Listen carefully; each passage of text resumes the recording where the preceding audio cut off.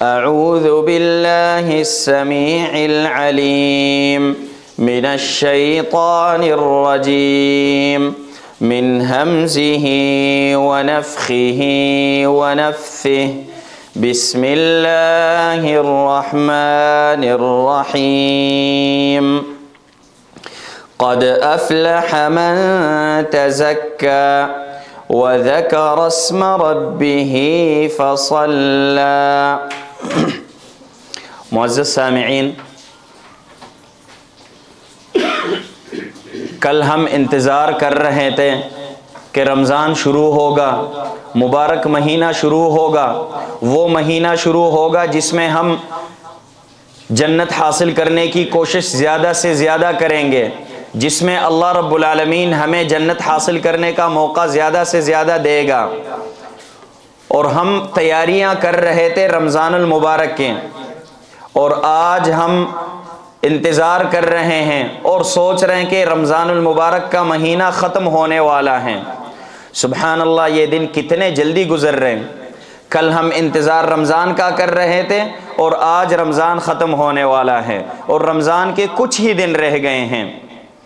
لہذا ہم میں سے ہر انسان نے مکمل کوشش کی ہوگی انشاءاللہ تعالی اپنے رب کو راضی کرنے کی، اور اسی طرح رمضان المبارک میں جو برکات ہیں اور اللہ رب العالمین کا جو فضل نازل ہوتا ہے انسانوں پہ، اپنے بندوں پہ، اس کو حاصل کرنے کی کوشش ہر ایک نے کی ہوگی ہم میں سے۔ اور اسی طرح لیلۃ القدر تلاش کرنے کی کوشش ہم میں سے ہر بندے نے کی ہوگی، اور مزید جو دن جو راتیں باقی ہیں اس میں بھی وہ کوشش اور جدوجہد جاری رکھنے کی کوشش کرے گا۔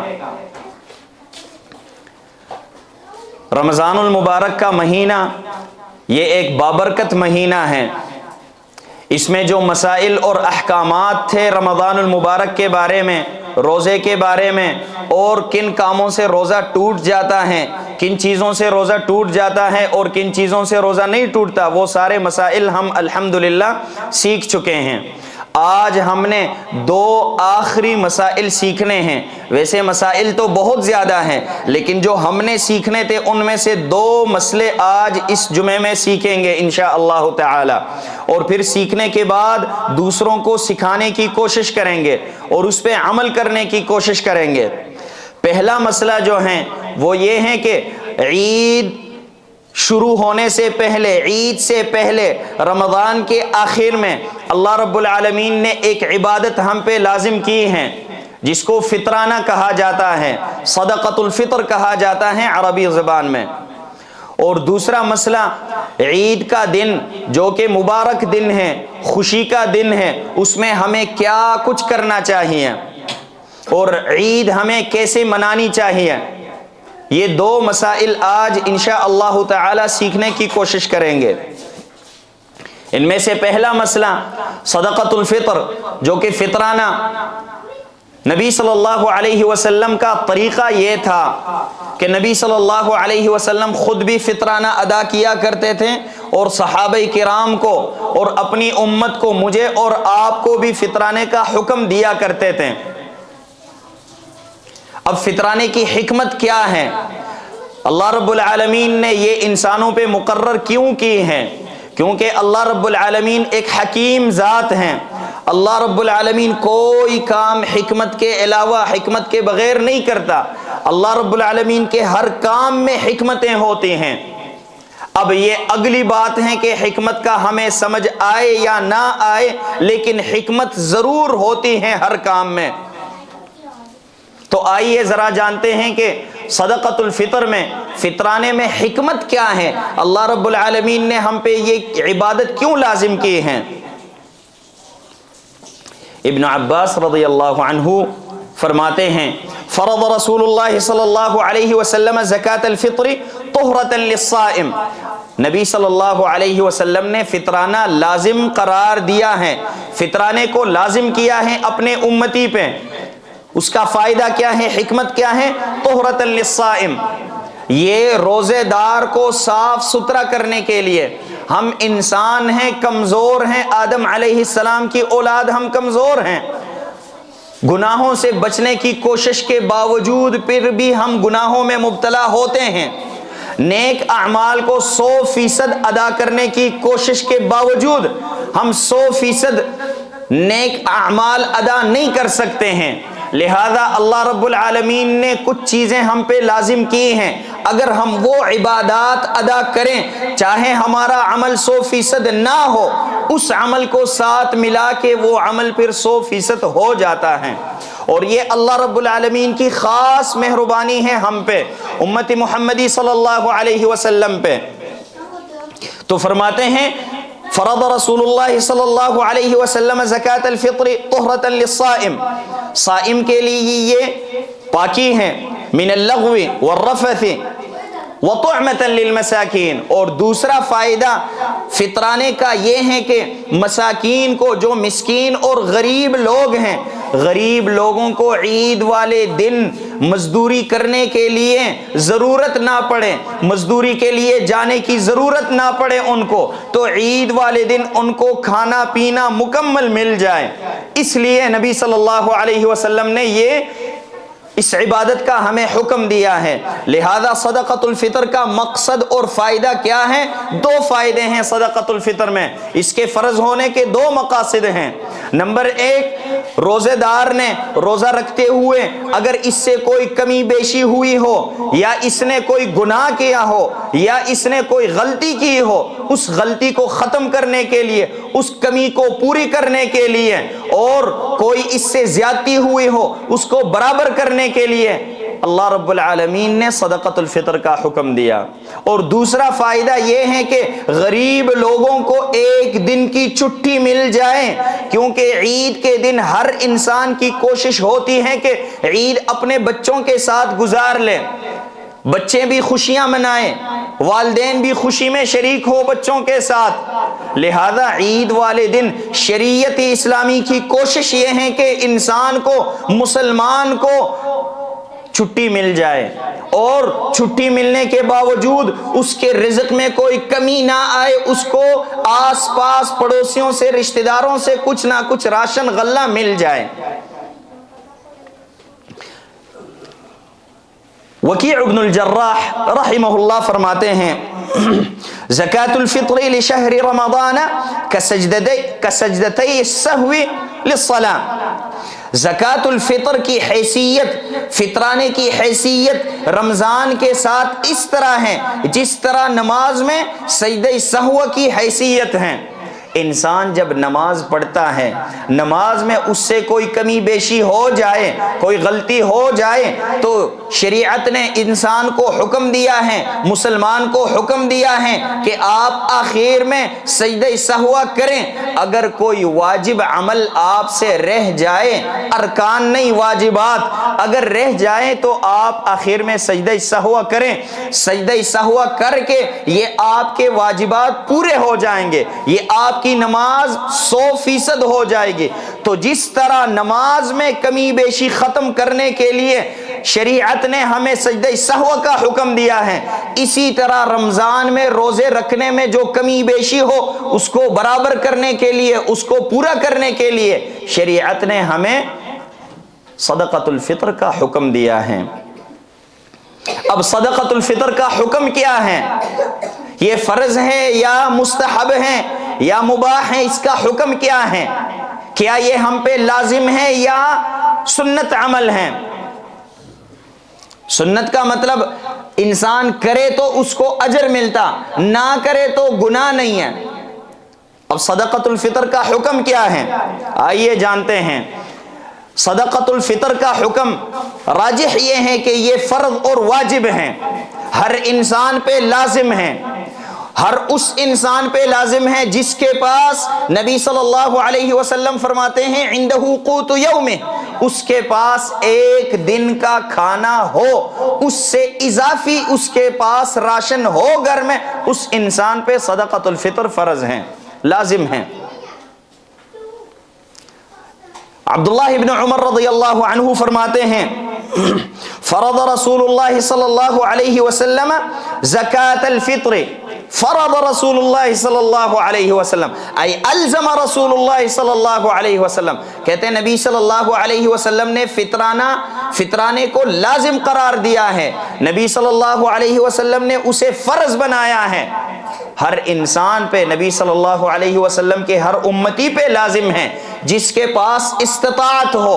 اور ہم نے بیان کیا کہ استطاعت کتنا ہو انسان کے پاس گھر میں ایک دن ایک رات کا کھانا ہو، اس سے اضافی اس کے پاس ہو تو اس پہ صدقۃ الفطر فطرانہ لازم ہے، لیکن اگر انسان کے پاس اتنا نہ ہو تو اس پہ لازم نہیں ہے۔ اب اگلا مسئلہ یہ ہے کہ یہ صدقۃ الفطر کس پہ لازم ہے؟ صرف یہ مردوں کے لیے ہے یا خواتین کے لیے بھی ہیں؟ صرف بچوں کے لیے، بڑوں کے لیے ہے یا بچوں کے لیے بھی ہیں؟ عبداللہ ابن عمر رضی اللہ عنہ فرماتے ہیں فرض رسول اللہ صلی اللہ علیہ وسلم، یہ وہی حدیث ہے، فرض رسول اللہ صلی اللہ علیہ وسلم زکاة الفطر صاعا من تمر او صاعا من شعیر علی العبد والحر والذکر والانثى والصغیر والکبیر من المسلمین۔ فرماتے ہیں کہ نبی صلی اللہ علیہ وسلم نے فطرانے کو فرض قرار دیا ہے، فطرانے کو لازم قرار دیا ہے، کس پہ؟ ہر انسان پہ، اپنی امت میں سے ہر شخص پہ، چاہے کوئی انسان غلام ہو یا آزاد ہو، مرد ہو یا عورت ہو، بڑا ہو یا چھوٹا ہو، سب پہ لازم ہے۔ روزے اس بچے نے رکھے یا نہیں رکھے اس پہ بھی لازم ہے، اس بچے نے روزے رکھے ہیں یا نہیں رکھے اس پہ بھی لازم ہے۔ یہاں تک کہ عثمان ابن عفان رضی اللہ عنہ وہ اس بچے کی طرف سے بھی صدقۃ الفطر فطرانہ ادا کرتے تھے جو ابھی تک دنیا میں آیا نہیں بلکہ ماں کے پیٹ میں موجود ہیں، ابھی تک دنیا کو اس نے دیکھا نہیں ہے، اس کے طرف سے بھی فطرانہ ادا کرتے تھے۔ اب کسی انسان کے ذہن میں یہ سوال پیدا ہوگا کہ شروع میں تو ہم نے یہ مسئلہ پڑھا کہ صدقۃ الفطر کا فائدہ یہ ہے کہ روزے میں اگر کوئی کمی بیشی ہو اس کو مکمل کیا جائے، اس کو برابر کیا جائے، تو بچے نے تو روزہ رکھا نہیں ہے، وہ کس چیز کا فطرانہ ادا کرے؟ اس کے کیا چیز پورے کیے جائیں گے؟ میرے بھائی، اگر بچے نے روزے رکھے نہ بھی ہو، بچہ بالغ نہیں ہے، روزے رکھے بچہ، روزے میں کوئی کمی کوتاہی کرے بھی تو یہ بچہ گناہگار نہیں ہے، کیونکہ یہ مرفوع القلم ہے، ابھی تک اس کا رجسٹر نامہ اعمال جس میں گناہ درج کیے جاتے ہیں وہ اس انسان کے لیے، اس بچے کے لیے مقرر نہیں کیے گئے۔ لہذا بچہ جو بھی نیک عمل کرتا ہے اس کا فائدہ والدین کو ملتا ہے، تو لہذا ہم اگر اپنے بچوں کی طرف سے صدقۃ الفطر ادا کریں، فطرانہ ادا کریں تو اجر ہمیں ملے گا انشاءاللہ تعالی۔ اور دوسری بات یہ ہے اللہ رب العالمین آئندہ اس بچے کو نیک اعمال 100% کرنے کی توفیق دے گا۔ اب صدقۃ الفطر ادا کتنا کرنا ہے؟ صدقۃ الفطر 1 صاع ادا کرنا ہے۔ نبی صلی اللہ علیہ وسلم 1 صاع ادا کیا کرتے تھے، یہ صاع ہیں، اس کو صاع کہا جاتا ہے، صاع نبوی۔ نبی صلی اللہ علیہ وسلم جب مدینہ منورہ تشریف لائے تو نبی صلی اللہ علیہ وسلم سے بعض صحابہ نے کہا اللہ کے نبی صلی اللہ علیہ وسلم ہمارے لیے، مسلمانوں کے لیے کوئی پیمانہ ہونا چاہیے۔ تو صحابہ کرام نے نبی صلی اللہ علیہ وسلم کو مشورہ دیا کہ آپ اپنے دونوں ہاتھوں سے چلو بھر کے پانی یا کوئی چیز اٹھائیں، اس کو کسی برتن میں ڈالیں تو یہ ایک حد بنائیں گے اس کو۔ تو نبی صلی اللہ علیہ وسلم نے 2 چلو بھر کے اٹھا کے ایک برتن میں ڈالیں، اس کا اندازہ لگا کے صحابہ کرام نے یہ بنایا، اس کو مد کہا جاتا ہے۔ یہ نبی صلی اللہ علیہ وسلم کے دونوں ہاتھوں کو ملا کے 2 مرتبہ چلو بھر کے یہ فل ہوتا ہے، اور یہ 4 ہو جائیں، 4 ہو یہ مد تو یہ 1 صاع بنتا ہے۔ پھر یہ 60 صاع ہو تو 1 وسق بنتا ہے۔ پھر 5 وسق ہو تو اس میں پھر زکوٰۃ ہے۔ ایک مرتبہ پھر یہ مسئلہ سنتے ہیں، نبی صلی اللہ علیہ وسلم دونوں ہاتھوں کے ساتھ چلو بھر کے 2 مرتبہ نبی صلی اللہ علیہ وسلم نے ایک برتن میں ڈالا، پھر اس کا اندازہ لگایا گیا تو یہ بن گیا، اس کو مد کہا جاتا ہے۔ یہ مد 4 ہو جائیں تو یہ 1 صاع بنتا ہے، یہ 60 صاع ہو تو 1 وسق بنتا ہے۔ 5 وسق ہو، 5 وسق 5 ضرب 60 کتنے بنتے ہیں؟ 300 صاع ہو تو اس میں زکوٰۃ ہے، سالانہ زکوٰۃ جو ہوتا ہے۔ لیکن زکوٰۃ الفطر جو ہے فطرانہ، وہ صرف اور صرف اس کو بھر کے، یہ چیز بھر کے جس کو صاع کہا جاتا ہے، کسی بھی غریب اور مسکین کو دیا جائے۔ اب اس میں کتنا کوئی سامان آ سکتا ہے، سارا مختلف ہیں، ہم اندازہ نہیں لگا سکتے ہیں کہ برابر اتنا ہو تو یہ برابر ہوگا۔ مطلب یہ ہے کہ اگر اس میں کھجور ڈالے جائیں تو وزن اس کا زیادہ ہوگا، اس میں گندم ڈالی جائے تو وزن کم ہوگا۔ لہذا خلاصۃ الکلام یہ ہے کہ تقریباً 2.5 کلو ادا کرنے چاہیے، جو چیز ہم ادا کرنا چاہتے ہیں۔ کھجور اور پنیر کے علاوہ، کیونکہ وہ 3 کلو، تقریباً 3 کلو سے کچھ کم 1 صاع میں آتے ہیں۔ کھجور 3 کلو سے کچھ کم اس صاع میں آتے ہیں، لہذا کھجور اگر کوئی ادا کرنا چاہتا ہو تو وہ 3 کلو ادا کرے۔ لیکن باقی چیزیں جو ہیں وہ 2.5 کلو سے کم بنتے ہیں، لہذا ہم نے 2.5 کلو ادا کرنے ہیں۔ تو یہ صاع نبوی ہیں، اور جس بھائی کو اس کی ضرورت ہو، وہ گھر میں پیمائش کرنا چاہتا ہو تو انشاءاللہ عید کی رات آپ کو بطور امانت یہ مل سکتے ہیں، اور ہم انشاءاللہ کوشش کریں گے کہ آپ کے لیے یہ مزید اور فراہم کریں، بطور ہدیہ آپ کو مل جائے۔ اگر ہدیت نہ مل سکے تو بطور امانت تو مل سکتا ہے، آپ پیمائش کر کے واپس یہاں پہ ہمیں پہنچا دیں۔ اچھا، اب اگلی بات یہ ہے کہ کیا چیز ادا کرے انسان۔ وہی روایت عبداللہ ابن عمر والی رضی اللہ عنہ کہتے ہیں کہ فرض رسول اللہ صلی اللہ علیہ وسلم صاعا من تمر، صاعا من تمر او صاعا من شعیر۔ نبی صلی اللہ علیہ وسلم نے ہم پہ فرض کیا ہے کہ ہم صدقۃ الفطر میں، فطرانے میں کھجور ادا کریں، چاہیں تو جو ادا کریں۔ اسی طرح ابو سعید الخدری رضی اللہ عنہ فرماتے ہیں كنا نخرج في عهد رسول الله صلی اللہ علیہ وسلم یوم الفطر صاعا من طعام۔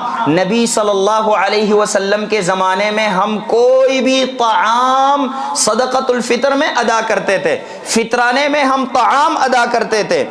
پھر ابو سعید الخدری رضی اللہ عنہ، سعد ابن مالک ابن سنان رضی اللہ عنہ کہتے ہیں کہ وَكَانَ طَعَامُنَا الشَّعِيرُ وَالزَّبِيبُ وَالْأَقِطُ وَالتَّمْرُ۔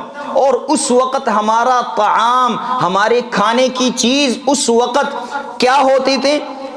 جو منقع، کشمش اور پنیر، کھجور، یہ چیزیں ہم کھاتے تھے۔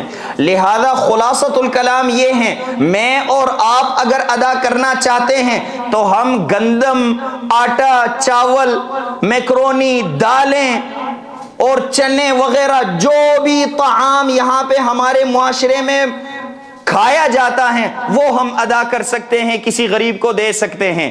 دالوں کی جتنی قسمیں ہیں، چنوں کی جتنی قسمیں ہیں، چاولوں کی جتنی قسمیں ہیں، اور گندم جو وغیرہ کی جتنی قسمیں ہیں، یہ ہم ادا کر سکتے ہیں۔ اور انسان کو چاہیے کہ بہتر سے بہتر چیز ادا کرے۔ اسی طرح ہم کھجور، کشمش وغیرہ کوئی بھی ادا کرنا چاہیں تو ادا کر سکتے ہیں۔ انسان کو چاہیے کہ اچھے سے اچھی چیز ادا کرے تاکہ غریب کو فائدہ بھی مل جائے، صرف آٹے پہ یا گندم پہ ہی گزارا نہ چلائے، باقی اچھی چیزیں، مہنگی چیزیں، اعلیٰ چیزیں بھی دے دیں، وہ چیزیں بھی ادا کرے جو غریب عام طور پہ نہیں کھاتا۔ یہی ہوتا ہے کھجور مثال کے طور پہ غریب انسان سال میں صرف اور صرف 1 مرتبہ رمضان میں ہی کھاتا ہے، یا اسی طرح دوسری چیزیں ہیں جو مہنگی چیزیں ہو، پنیر وغیرہ، یہ بھی انسان سال میں کوئی 1 یا 2 مرتبہ ہی کھاتا ہے، اس کے لیے میسر ہوتا ہے۔ لہذا ہم غریبوں کو یہ فراہم کریں۔ اب یہ ادا کب کرنا ہے؟ ادا کرنے کا طریقہ کیا ہے؟ نبی صلی اللہ علیہ وسلم کے زمانے میں ابو سعید الخدری رضی اللہ عنہ کہتے ہیں کہ نبی صلی اللہ علیہ وسلم عید کے دن فجر کی نماز پڑھ کے مسجد نبوی سے باہر نکلتے تھے اور غریبوں پہ یہ تقسیم کرتے تھے۔ لہذا صدقۃ الفطر انسان پہ فرض کب ہوتا ہے؟ رمضان کے آخری دن سورج غروب ہو جائے اور کل عید ہو، عید کی رات شروع ہونے سے لے کے عید کی نماز سے پہلے تک صدقۃ الفطر ادا کرنا چاہیے۔ اس کے بعد اگر کوئی انسان ادا کرے تو وہ صدقۃ الفطر نہیں ہے۔ پھر نبی صلی اللہ علیہ وسلم کے بارے میں صحابہ کہتے ہیں کہ امر بها ان تؤدى قبل خروج الناس الى الصلاة، نبی صلی اللہ علیہ وسلم نے حکم دیا ہے کہ فطرانہ عید کی نماز کے لیے نکلنے سے پہلے ادا کرنا چاہیے، اس کے بعد اس میں تاخیر نہ کیا جائے۔ اب اگلا اور آخری سوال، آخری مسئلہ، ویسے مسائل تو بہت زیادہ ہیں لیکن ہم نے جو سیکھنے ہیں فطرانے کے بارے میں اس میں آخری مسئلہ یہ ہے، اور اکثر یہ سوال پوچھا جاتا ہے کہ میں پیسے ادا کرنا چاہتا ہوں، پیسے ادا کروں یا نہیں؟ کیونکہ آج کل اگر کسی بندے کو میں گندم پکڑاؤں تو وہ گندم کو کیا کرے گا، کسی انسان کو میں دال پکڑاؤں تو شاید اس انسان کو دالوں کی اتنی ضرورت نہیں ہو، پیسوں کی زیادہ ضرورت ہو۔ اسی طرح میں کسی انسان کو راشن پکڑا کے اس کی ضرورت اتنی پوری نہیں کر سکتا ہوں جتنے میں پیسے دے کے ضرورت پوری کر سکتا ہوں، تو کیا پیسے دینا میرے لیے جائز ہے یا نہیں؟ یا پیسے دینا بہتر ہے یا راشن دینا بہتر ہے؟ میرے بھائی اس کا جواب یہ ہے کہ نبی صلی اللہ علیہ وسلم اور صحابہ کرام نے جو چیز ادا کی ہے وہ چیز ہمیں ادا کرنی چاہیے۔ نبی صلی اللہ علیہ وسلم نے اپنی زندگی میں کبھی بھی پیسے ادا نہیں کیے، فطرانے میں پیسے ادا نہیں کیے نبی صلی اللہ علیہ وسلم نے۔ صحابہ کرام میں سے کسی صحابی نے فطرانے میں پیسے ادا نہیں کیے۔ لہذا میں اور آپ ہمیں چاہیے کہ ہم نبی صلی اللہ علیہ وسلم جو چیز فطرانے میں ادا کرتے تھے وہی ادا کریں، کیونکہ فطرانے کا حکم ہمیں کس نے دیا؟ نبی صلی اللہ علیہ وسلم نے ہمیں فطرانے کا حکم دیا، لہذا فطرانہ پھر اتنا ادا کریں، اس طرح ادا کریں جس طرح اور جتنا نبی صلی اللہ علیہ وسلم نے ہمیں بتایا ہو، کیونکہ فطرانے کا حکم نبی صلی اللہ علیہ وسلم نے دیا، ہم نبی صلی اللہ علیہ وسلم کی تابعداری کرتے ہیں، نبی صلی اللہ علیہ وسلم کی تابعداری کرتے ہوئے ادا کرتے ہیں، لیکن پھر اس میں ساتھ اپنی مرضی بھی ایڈ کرتے ہیں کہ پیسے ہم ادا کریں۔ نہیں بھائی، آپ اگر پیسے دینا چاہتے ہیں اللہ رب العالمین آپ کو اجر دے، آپ 1 سا 2.5 کلو دالیں دے دیں یا 2.5 کلو چاول پکڑائیں، آٹا پکڑائیں، اور ساتھ 1000 کا نوٹ بھی رکھ لیں، اللہ آپ کو اجر دے۔ 5000 کا نوٹ رکھ لیں، اللہ آپ کو اجر دے، اچھی بات ہے۔ جتنا آپ غریب کو دینا چاہتے ہیں دے دیں، آپ کو اسلام نے تو یہ نہیں کہا کہ آپ نے 1500 روپے ساتھ نہیں دینے، آپ کو منع تو نہیں کیا۔ تو لہذا اگر آپ راشن ادا کریں تو اس کے کئی فوائد ہیں۔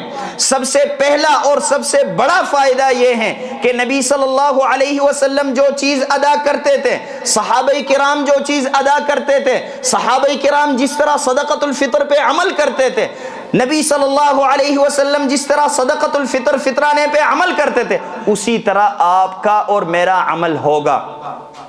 کتنی اچھی بات ہے، نبی صلی اللہ علیہ وسلم کے ساتھ میری اور آپ کی موافقت ہوگی۔ دوسرا فائدہ اس کا یہ ہے کہ صدقۃ الفطر جب اسلام نے مقرر کیا، دیکھیں اسلام نے کچھ چیزیں، کچھ کام مقرر کیے ہیں، لازم کیے ہیں انسانوں پہ، وہ خفیہ طور پہ کیے جاتے ہیں اور اسلام کو وہ خفیہ ادا کرنا ہی مقصود ہے، لیکن کچھ کام ہیں اسلام کو وہ سب کے سامنے ظاہر کرنا مقصود ہیں اور وہ ظاہری اعمال ہیں۔ ہمیں یہ اجازت اسلام نے قطعاً نہیں دی ہے کہ ہم ظاہری اعمال کو خفیہ بنائیں اور مخفی اعمال کو ہم ظاہر بنائیں، اس کی اجازت اسلام نے ہمیں نہیں دی ہے۔ سارا سال قیام اللیل پڑھنے کا اسلام نے حکم دیا ہے، گھر میں انسان پڑھتا ہے، مخفی طور پہ پڑھتا ہے، لیکن رمضان میں آ کے اسلام نے حکم دیا کہ قیام اللیل، تراویح، صلاۃ اللیل اب سب کے سامنے ادا کرو، کیونکہ اسلام کو یہاں پہ سب کے سامنے ادا کرنا مقصود ہے۔ اسی طرح اسلام نے ہمیں حکم دیا ہے کہ آپ کسی کو صدقہ دینا چاہتے ہیں، نفلی صدقہ، کسی کے ساتھ تعاون کرنا چاہتے ہیں تو خفیہ طور پہ ادا کریں۔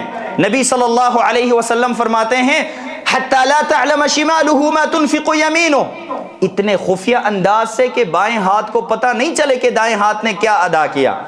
یہ نفلی صدقات میں، لیکن فرضی صدقات میں اسلام نے حکم دیا ہے کہ لوگوں کے سامنے ادا ہو، تاکہ دوسروں کو بھی تعلیم ہو جائے، دوسرے لوگ بھی اس سے سیکھ لیں کہ زکوٰۃ، سالانہ زکوٰۃ جو کہ فرض ہیں وہ ادا کرنا لازم ہے، فلاں بھی ادا کر رہا ہے، فلاں بھی ادا کر رہا ہے، فلاں بھی ادا کر رہا ہے، لہذا میں بھی ادا کروں۔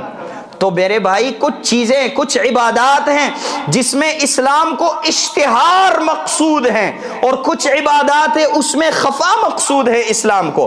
صدقۃ الفطر میں اسلام کو اشتہار مقصود ہیں۔ نبی صلی اللہ علیہ وسلم بذات خود صحابہ کرام کو ساتھ لے کے ایک ایک غریب کے گھر میں جاتے تھے اور ان کو یہ راشن پکڑاتے تھے۔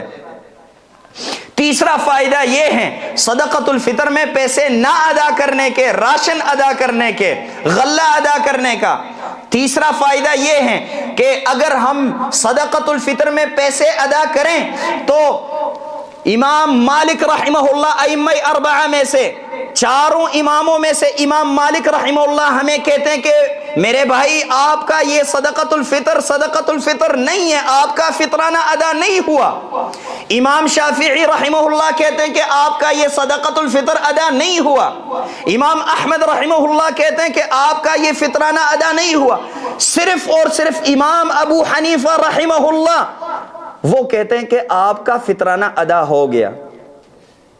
لیکن اگر ہم راشن ادا کریں تو امام مالک، امام شافعی، امام احمد، امام ابو حنیفہ، چاروں ائمہ ہمیں کہیں گے کہ میرے بھائی آپ کا فطرانہ ادا ہو گیا۔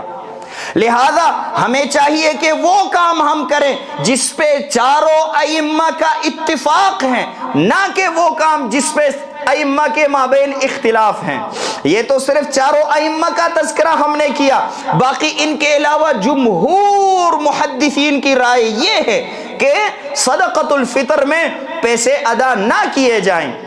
اب کسی انسان کے ذہن میں یہ سوال پیدا ہوتا ہے کہ صحابہ کرام کے زمانے میں پیسوں کی کمی تھی تو اس لیے صحابہ کرام پیسے ادا نہیں کرتے تھے، لہذا ہمارے پاس آج کل پیسے زیادہ ہیں ہم پیسے ادا کریں۔ میرے بھائی یہ غلط بات ہے، یہ بات صحیح نہیں ہے۔ صحابہ کرام کے زمانے میں ہاں بالکل ابتدا میں، شروع میں پیسوں کی بہت کمی تھی، لیکن بعد میں اللہ رب العالمین نے بہت زیادہ فراخی دی صحابہ کرام کو۔ معرکۃ القادسیہ کے بعد عمر بن الخطاب رضی اللہ عنہ کے پاس سونے اور چاندی کے سکے اتنے زیادہ جمع ہوئے، اتنے زیادہ کہ مکمل چھوٹا سا پہاڑ سا بن گیا، اتنے زیادہ جمع ہوئے۔ سونے کے سکے ایک سائیڈ پہ، چاندی کے سکے دوسرے سائیڈ پہ، مکمل بڑے بڑے ڈھیر لگائے گئے۔ عمر بن الخطاب رضی اللہ عنہ حیران تھے کہ اب میں کیسے یہ تقسیم کروں مسلمانوں پہ۔ عمر بن الخطاب نے عبد الرحمن بن عوف سے مشورہ لیا رضی اللہ عنہ، کہا عبد الرحمن میں چاہتا ہوں کہ مسلمانوں کو لائن میں کھڑا کر کے پرات لے کے آؤں، ایک بڑا سا برتن لے کے آؤں، ایک پرات یہاں سے بھر کے ان کو جولی میں ڈالوں اور ایک یہاں سے۔ اتنے زیادہ ہیں، کون گنتی کرے گا اس کا؟ کہنے کا مقصد یہ ہے کہ صحابہ کرام کے پاس اتنے پیسے آنے کے باوجود اس سال بھی کسی صحابی نے پیسے ادا نہیں کیے، لہذا میں اور آپ کیوں پیسے ادا کرتے ہیں؟ کیوں میں اور آپ فطرانے میں پیسے ادا کر کے اپنا فطرانہ جو کہ شریعت نے ہم پہ فرض کیا ہے وہ ہم ضائع کر رہے ہیں؟ ہم نے جو بیان کیا کہ تینوں ائمہ کے مابین یہ فطرانہ ضائع ہیں، یہ فطرانہ ادا نہیں ہوتا اگر کوئی انسان پیسے ادا کرے، لہذا وہ کام کیا جائے جس پہ اتفاق ہیں۔ راشن ادا کرنے پہ سب ائمہ کے درمیان اتفاق ہیں، لہذا انشاءاللہ ہم نے کوشش کرنی ہے کہ ہم بھی وہ چیز ادا کریں جو نبی صلی اللہ علیہ وسلم ادا کیا کرتے تھے، صحابہ کرام ادا کیا کرتے تھے، اور اسی طرح ائمہ اربعہ نے جس کا حکم دیا ہے اور سلف صالحین نے جس کا حکم دیا۔ ایک مرتبہ امام احمد بن حنبل رحمہ اللہ کے سامنے کسی نے کہا کہ عمر بن عبد العزیز تو صدقۃ الفطر میں پیسے ادا کرنے کا حکم دیتے تھے، یعنی عمر بن عبد العزیز نے بھی پیسوں کا کہا ہے۔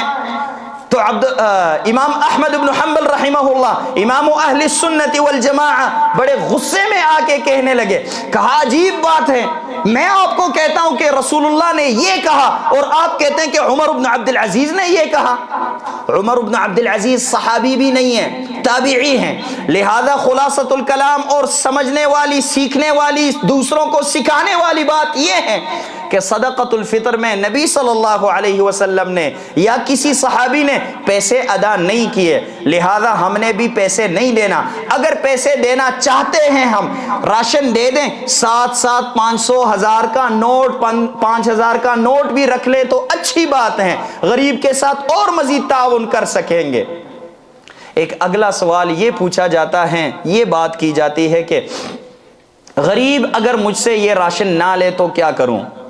میرے بھائی، غریب وہ نہیں ہے جس کو آپ غریب سمجھ رہے ہیں، آپ غلط بندے کے پاس گئے ہیں اس لیے نہیں لے رہے ہیں۔ ظاہر سی بات ہے، آپ کسی بزنس مین کے پاس جائیں اور اس کو کہیں کہ بھائی یہ لے لیں، آپ کے لیے فطرانہ لے کے آیا ہوں، وہ قبول کرے گا؟ وہ یہی کہے گا کہ آپ میرا مذاق اڑا رہے ہیں یا کیا کر رہے ہیں، میں غریب تو نہیں ہوں۔ غریب انسان میرے بھائی کبھی بھی یہ نخرے نہیں کرے گا کہ مجھے راشن نہیں چاہیے۔ آپ بتائیں، دنیا میں رہتے ہوئے انسان کو راشن کی ضرورت نہیں پڑتی، آٹے کی ضرورت نہیں ہوتی، چاول کی ضرورت نہیں ہوتی۔ یہ غریب جس کو آپ سمجھ رہے ہیں یہ فرشتوں کے خاندان سے ہے کہ اس کو راشن کی ضرورت نہیں ہے، لہذا صحیح بات یہ ہے کہ یہ غریب نہیں ہے اس لیے نخرے کر رہا ہے، تو نہ دیں اس کو، مستحق انسان کو دے دیں، غیر مستحق انسان کو آپ نہ دیں۔ جس کو آپ مستحق سمجھ رہے ہیں وہ مستحق نہیں ہے۔ اگلی بات یہ ہے کہ صدقۃ الفطر، فطرانہ، اس میں جو راشن ہے کیا یہ مدارس کو ہم دے سکتے ہیں یا نہیں؟ میرے بھائی بالکل آپ مدارس کو دے سکتے ہیں۔ مدارس میں جو طلبہ ہوتے ہیں اور جو غریب ملازم ہوتے ہیں وہاں پہ مستحقین ملازم یا تو ان کو دے دے کہ وہ اپنے ساتھ گھر لے جائے، یا آپ مدرسے کے حوالے کریں، عید کے بعد چاہے پکا کے دیں، وہ کوئی مسئلہ نہیں ہے، جائز ہے یہ۔ اور ویسے بھی عام طور پہ زکوٰۃ کے پیسے مسجد پہ، مدرسے پہ، خیر کے کام پہ خرچ کیے جا سکتے ہیں، کوئی مسئلہ نہیں ہے، کیونکہ ابو بکر رضی اللہ عنہ کی خلافت کے بعد عمر رضی اللہ عنہ کی خلافت میں جب دواوین مرتب کیے گئے تو مساجد کے لیے، مدارس کے لیے، خیر کے کام کے لیے، اوقاف کے لیے زکوٰۃ ہی کے پیسے ہوتے تھے، وَإِلَّا باقی ٹیکس وغیرہ تو اسلام میں ہے ہی نہیں، اسلام نے ٹیکس کو ظلم قرار دیا ہے، تو یہ زکوٰۃ کے پیسے ہی خرچ ہوتے تھے، لہذا زکوٰۃ کے پیسے ہم خرچ کر سکتے ہیں۔ صدقۃ الفطر کا جو مال ہے ہم غریب کو دے سکتے ہیں، مدرسے کو دے سکتے ہیں، کوئی حرج نہیں ہے، اس میں کوئی مسئلہ نہیں ہے۔ میرے خیال میں یہ مسئلہ ہم مکمل واضح کر سکیں، اگر پھر بھی اس میں کوئی اشکال ہو تو انشاءاللہ نماز کے بعد پھر اس پہ بات کر لیں گے، کوئی مسئلہ نہیں ہے۔ دوسرا مسئلہ جو ہم نے سیکھنا تھا وہ یہ کہ عید والے دن ہم نے کیا کچھ کرنا ہے، ہم پہ کیا کچھ لازم ہے عید والے دن۔ سب سے پہلے نمبر پہ مختصراً بیان کرتے ہیں وقت کی کمی کی وجہ سے، پہلے نمبر پہ مسلمان کو چاہیے کہ عید والے دن وہ سب سے پہلے غسل کریں، غسل جنابت کریں، مکمل غسل کریں۔ دوسرا کام، عید الفطر کی نماز کے لیے گھر سے باہر نکلنے سے پہلے کچھ کھا کے باہر نکلیں۔ نبی صلی اللہ علیہ وسلم کھجور کھا کے گھر سے نکلتے تھے، عید الفطر کی نماز کے لیے کھجور کھا کے گھر سے نکلتے تھے۔ 3 یا 5 یا 7 کھجوریں کھا کے مصلی میں آنا چاہیے نماز پڑھنے کے لیے. لیکن عید الاضحیٰ میں نبی صلی اللہ علیہ وسلم کچھ نہیں کھاتے تھے. نماز پڑھ کے قربانی کر کے اپنے جانور کو ذبح کر کے اس میں سے پھر کھاتے تھے. لہذا عید الفطر کے لیے ہم نے کیا کرنا ہے؟ کچھ کھا کے نکلنا ہے. کھجور میسر ہو تو صحیح ہے، نہیں تو گھر میں کچھ بھی ہو، کوئی روٹی ہو، کوئی پھل ہو، کوئی بھی چیز کھا کے انسان نکلے. تیسرے نمبر پہ ہم پہ جو لازم ہے وہ تکبیرات پڑھنے ہیں. اور تکبیرات اللہ اکبر اللہ اکبر، لا الہ الا اللہ واللہ اکبر، اللہ اکبر وللہ الحمد، اور اسی طرح اللہ اکبر کبیرہ والحمد للہ کثیرہ الی آخر. اور چوتھا کام جو ہمیں کرنا چاہیے وہ ایک دوسرے کو مبارکباد کہنا. صحابہ کرام سلف صالحین جب ایک دوسرے سے ملتے تھے تو وہ کہا کرتے تھے تقبل اللہ منا ومنکم تقبل منکم. اسی طرح ہم یہ بھی کہہ سکتے ہیں کہ عید مبارک عربی میں، باقی اردو، پشتو، پنجابی جس زبان میں کہنا چاہتے ہیں جائز ہیں اور اس پہ اجر ملے گا. اور پانچواں کام جو ہم نے کرنا ہے تھوڑا سا تیار ہو کے فریش ہو کے عید کی نماز کے لیے حاضر ہونا. نئے کپڑے، صاف کپڑے، جدیدین یا غسیلین کپڑے پہننے چاہیے. نئے کپڑے ہو یا صاف ستھرا دھوئے ہوئے کپڑے ہو. اور اسی طرح چھٹے نمبر پہ عید کی نماز بھی ہم پہ لازم ہے، عید کی نماز بھی پڑھنی چاہیے. اور 7ویں نمبر پہ عید کی نماز کے بعد جو خطبہ دیا جاتا ہے وہ خطبہ سن کے ہم نے جانا ہے. اور 8ویں نمبر پہ ایک راستے سے جانا عید کی نماز کے لیے اور واپسی پہ دوسرے راستے سے آنا، کیونکہ اسلام کو عید کی نماز میں اشتہار مقصود ہے کہ اسلام کے دشمن یہ دیکھ لیں کہ مسلمان کیسے کیسے نماز کے لیے جا رہے ہیں، سارے متفق ہو کے نماز پڑھ رہے ہیں. تو اس لیے ایک راستے سے جانا دوسرے راستے سے آنا، تاکہ اگر دشمن کی نظر پڑے تو دشمن کہے کہ یہ کتنے زیادہ لوگ ہیں، کتنی زیادہ تعداد ہے ان کی، اس راستے پہ بھی لوگ جا رہے تھے، اس راستے سے بھی آ رہے تھے، اور ان کو اندازہ نہیں ہوگا کہ یہ وہی لوگ ہیں جو اس راستے سے گئے تھے اس راستے سے آ رہے ہیں. اور اس کے بعد خوشی کا اظہار کرنا. عید والے دن منہ بنا کے نہیں بیٹھنا، منہ بنا کے عید مصلی میں نہیں آنا، بلکہ خوش ہو کے بشاش حشاش ہو کے عید کے لیے، عید کی نماز کے لیے آنا. عید کے دن خوشی کا اظہار کرنا. اور 10ویں نمبر پہ بچوں کو عیدی دینا، یہ بھی سنت ہے، اس پہ اجر ملتا ہے. بچوں کو خوشی میں شریک کرنا، اپنے بھتیجے بھانجے کو اور اسی طرح پڑوسیوں کو، چھوٹے بچوں کو پیسے دینا. زیادہ آپ نہیں دے سکتے، آپ 10 روپے دے دیں، آپ کو اس پہ بھی اجر ملے گا، یہ بھی اجر کا کام ہے. اور اگلا کام یہ 11ویں نمبر پہ کہ عید کی نماز کے لیے مصلی میں صرف خود نہیں آنا، اپنے بیوی بچوں کو، بہنوں کو، بیٹیوں کو، سب کو لے کے آنا. یہاں تک کہ نبی صلی اللہ علیہ وسلم ان بچیوں کے بارے میں بھی کہتے تھے کہ لے کے آئیں جو ابھی نو بالغ شدہ ہو. نو بالغ شدہ جو ابھی بالغ ہو جائے بچی بڑی باحیا ہوتی ہیں.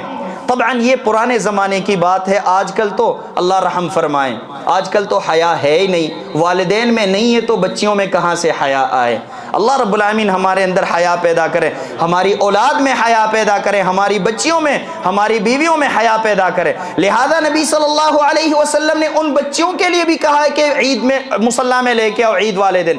اور یہاں تک نبی صلی اللہ علیہ وسلم نے حکم دیا وہ خاتون جس کو ماہواری ہو، جس نے نماز نہیں پڑھنی، جس نے روزے نہیں رکھے، اس خاتون کو بھی مصلی میں آنا چاہیے.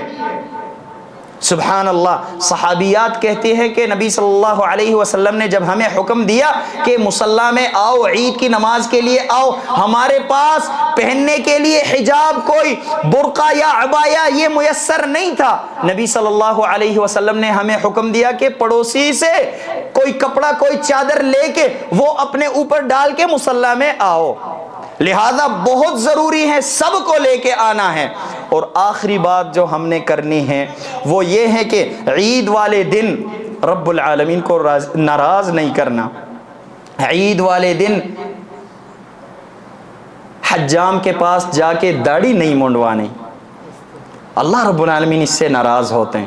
اللہ رب العالمین نے ہمیں ایک انعام کے طور پہ عید کا دن دیا ہے، ہم اللہ رب العالمین کو راضی کرنے کی کوشش کریں، ناراض کرنے کی کوشش نہ کریں۔ عید والے دن ہم کپڑے پہنے شلوار ٹخنوں سے نیچے نہ کریں، ہم اپنے رب کو ناراض نہ کریں۔ اسی طرح ہم اپنے بچوں کو گناہ والی جگہ پہ نہ لے کے جائیں، ہم پارک میں لے کے جائیں، اس پہ ہمیں اجر ملے گا، پارک میں بچوں کو لے کے جانے سے ہمیں اجر ملے گا، لیکن اس پارک میں نہ لے کے جائیں جہاں پہ اختلاط ہوں، جہاں پہ گناہ ہو، جہاں پہ حرام کا کام ہو رہا۔ اور اسی طرح عید والے دن خود بھی اختلاط سے بچنا چاہیے، اور مال بھی حرام چیزوں پہ خرچ نہیں کرنا، دوسروں کو تکلیف بھی نہیں دینا، وغیرہ وغیرہ۔ یعنی کوشش کرنی چاہیے کہ عید والے دن ہم اپنے رب کو ناراض نہ کریں۔ جس رب نے اتنا ہمیں سب کچھ دیا، رمضان کا مہینہ دیا، رمضان کے مہینے کے بعد عید کا دن دیا، اس رب کو ناراض کرنے کی ہم کوشش نہ کریں بلکہ راضی کرنے کی کوشش کریں۔